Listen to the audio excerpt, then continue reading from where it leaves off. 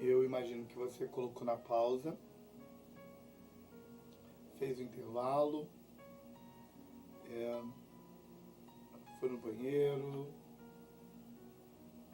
comeu alguma coisa, sei lá, e fez um tempo de pelo menos 5 minutos de compartilhamento.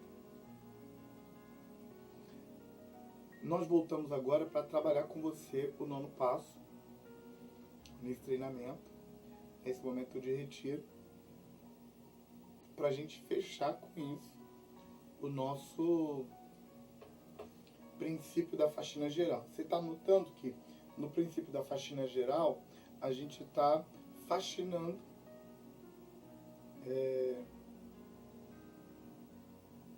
o mundo emocional, o mundo espiritual e o mundo relacional. No 8º e no 9º passo, a gente se concentra principalmente em resolver o mundo relacional.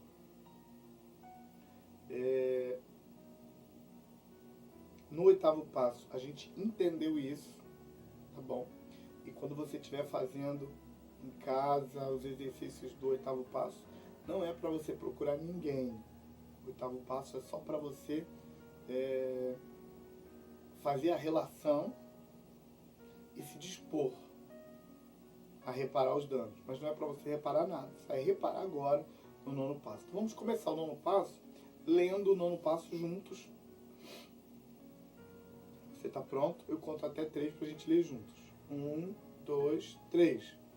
Fizemos reparação direta dos danos causados a tais pessoas, sempre que possível, salvo quando fazê-lo significasse prejudicá-las ou a outrem.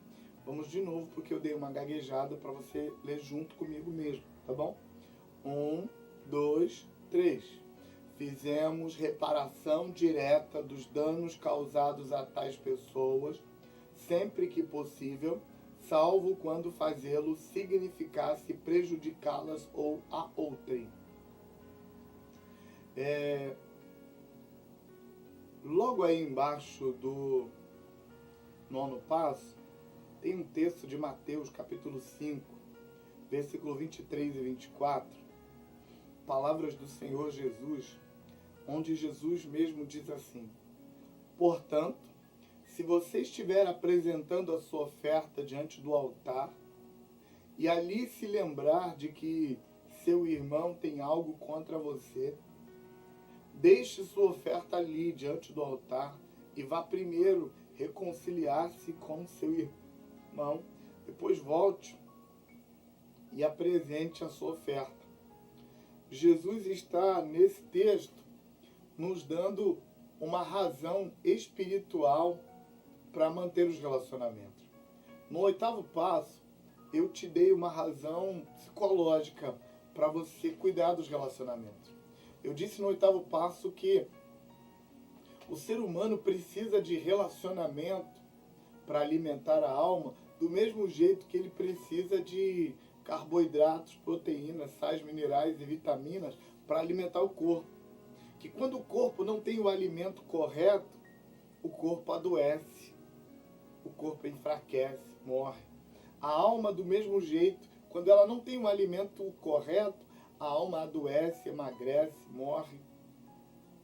Porque a alma precisa se alimentar de relacionamentos. Te dei isso como razão para você segurar sua onda e manter os relacionamentos funcionando. Você decidir que não vai deixar de se relacionar só porque dói, só porque é difícil, que você vai pagar o preço para fazer seus relacionamentos funcionarem. Casamento, relacionamento com o filho, relacionamento com pais, com irmãos, com família, com igreja, com colegas, amigos, porque nós precisamos de relacionamento. Mas agora, no 9º passo, Jesus está nos dando uma razão a mais para a gente se relacionar. Jesus está nos dando uma razão espiritual. Como assim Jesus está nos dando uma razão espiritual? Jesus está nos fazendo perceber o preço as consequências que acontecem no mundo espiritual de eu levar uma vida ignorando o meu irmão e agindo como se o meu irmão não fosse importante. E Jesus está colocando a coisa assim, o mundo espiritual produz uma reação quando eu ignoro meu irmão, quando eu deixo minha relação com meu irmão apodrecer, quando eu não me importo de cuidar dele. O texto diz assim, se você estiver apresentando a sua oferta, e quando estiver apresentando a sua oferta, você se lembrar que o seu irmão está de mal com você, que seu irmão está de relações cortadas com você, que o seu irmão está te odiando porque você fez mal a ele. Jesus está dizendo, não apresente a sua oferta. Vá resolver com o seu irmão primeiro, depois você apresenta a sua oferta. O que Jesus quer dizer com isso é que a sua oferta não será recebida pela divindade se você tem um problema com seu irmão. Mas note que aqui o texto estabelece que é o seu irmão que tem alguma coisa contra você. Ele não diz que é você que tem alguma coisa contra o seu irmão. Aqui é o seu irmão. E a ideia é que se você tem alguma coisa contra o seu irmão, na hora que você for apresentar a sua oferta, perdoa seu irmão e apresenta a oferta. Seu irmão nem tem que saber que você o perdoa. Mas nesse caso, não é você que tem uma coisa contra o seu irmão, é o seu irmão que tem uma coisa contra você. Então o pecador da história é você. Quem magoou nessa história aqui foi você, não seu irmão. E como foi você que magoou e o seu irmão está lá magoado, ferido, de relação cortada com você, sua oferta não vai ser recebida. E a sua oferta não vai ser recebida porque tem um problema com o seu irmão. Então ele diz, deixa a sua oferta aqui, porque não dá certo. Se é o seu irmão que está chateado, se é seu irmão que está ferido com você, não vai dar certo você se resolver com Deus. Você dizer, Senhor, me perdoa, eu perdoo meu irmão, está tudo resolvido. Não, você tem de ir ao seu irmão e dizer para ele que ele tem um problema com você e que você quer resolver, você quer pagar o preço do conserto, que você não quer deixar a coisa assim. O apóstolo Pedro falou sobre isso numa fala direta aos maridos, mas na verdade numa relação com todo mundo. Ele disse em 1ª Epístola de Pedro, capítulo 3, versículo 7, Pedro diz assim, maridos, tratem as suas esposas com diferencial, cuidem delas como a parte mais frágil, para que não sejam impedidas as vossas orações, visto que vocês são herdeiros da mesma graça de vida. Então, Paulo está dando uma direção para os maridos, um jeito para eles tratarem a esposa, porque ele e a esposa é herdeiro da mesma graça de vida. E Paulo está dizendo, ou Paulo não, Pedro, está dizendo que as orações dos maridos vão ser impedidos se eles não estiverem com as relações funcionando com a esposa, porque a esposa e eles são herdeiros da mesma graça de vida. Portanto, a regra que Paulo estabelece para o marido e para a esposa, ela é válida para qualquer pessoa com quem eu viva uma relação e essa pessoa tem a mesma graça de vida que eu. Ou seja, essa regra que Jesus está colocando e essa regra que Pedro está colocando, ela é válida para irmãos de aliança, irmãos em Jesus.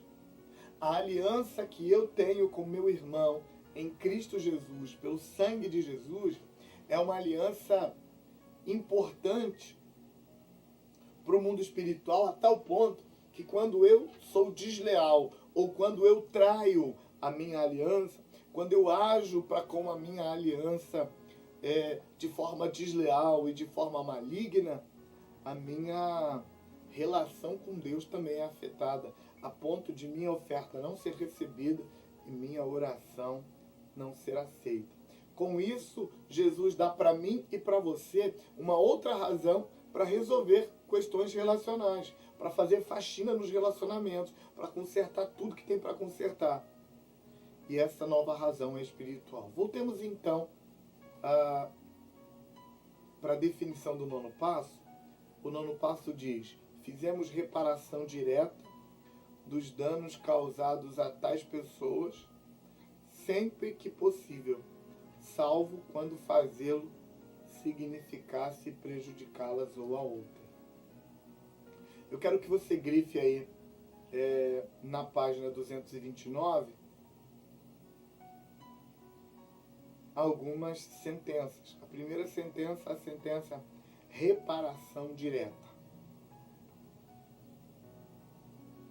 A segunda sentença, sempre que possível. A terceira sentença, salvo quando.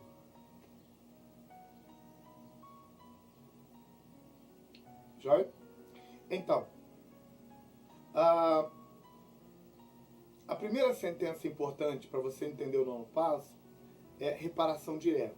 E por que reparação direta é muito importante? Porque nós somos especialistas em fazer reparação indireta. Nós adoramos fazer reparação indireta porque parece para nós que a reparação indireta dói menos.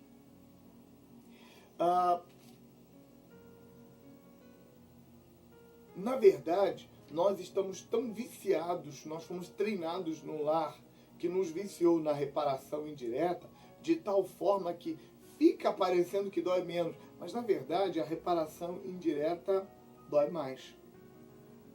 O que é reparação indireta? Reparação indireta é aquela reparação em que você não toca direto no assunto, em que você não diz exatamente com o que do que você realmente está falando. Reparação indireta, por exemplo, você feriu alguém, machucou a pessoa e você está mal com a pessoa e aí você não tem coragem de chegar para a pessoa e dizer para ela que você errou com ela quando você fez X, Y, Z. Então o que você faz? Você corta a relação, some, desaparece, fica de cara feia. E depois de algum tempo você volta, numa boa, como se nada tivesse acontecido, fazendo piada, brincando e tal e tal. E você está fazendo uma reparação quando você volta. Mas é indireta. E reparação indireta não resolve. Por isso, fizemos reparação direta. Há uma outra tendência de algumas pessoas para fazer reparação indireta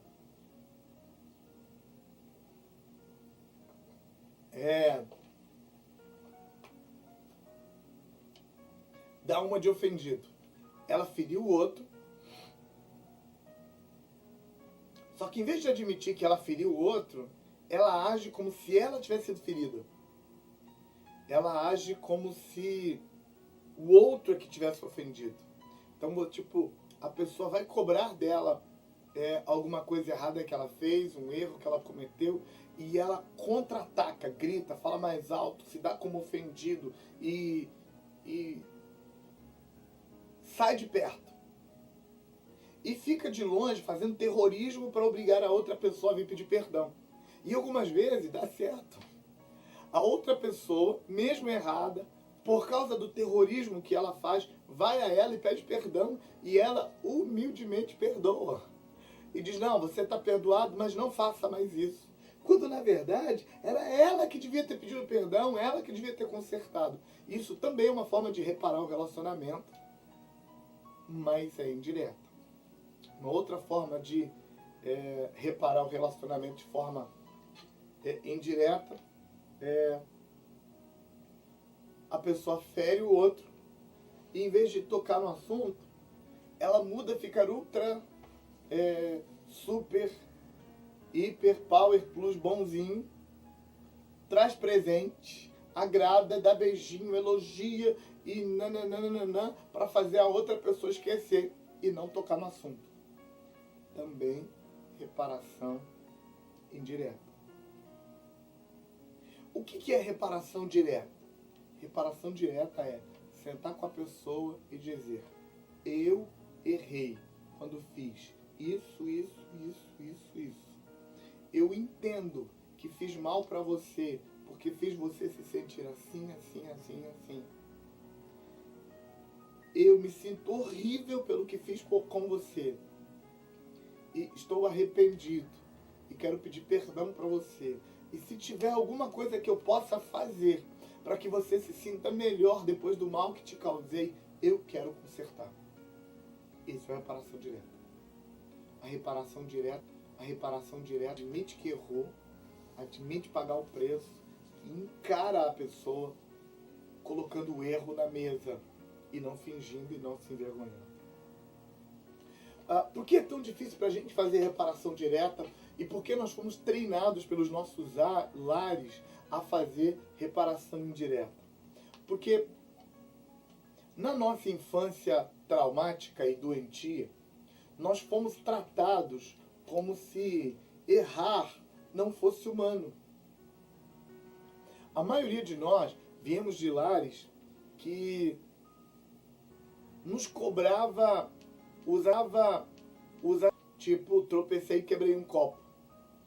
Que nos cobrava tendências do temperamento. E que nos atacava como se acidentes nunca acontecessem com ninguém e como se o ser humano fosse um ser perfeito. E aí desenvolveu em nós um medo, um pavor de admitir erro, porque admitir erro na nossa infância significava ser rejeitado. Me lembro, por exemplo, na minha infância, de que a minha mãe fazia um fuzuê tão grande quando eu quebrava um copo por acidente ou quando tropeçava em alguma coisa. E ela atacava com tanta ira, com tanta amargura, que a minha tendência natural, a minha desenvoltura era para negar até a morte.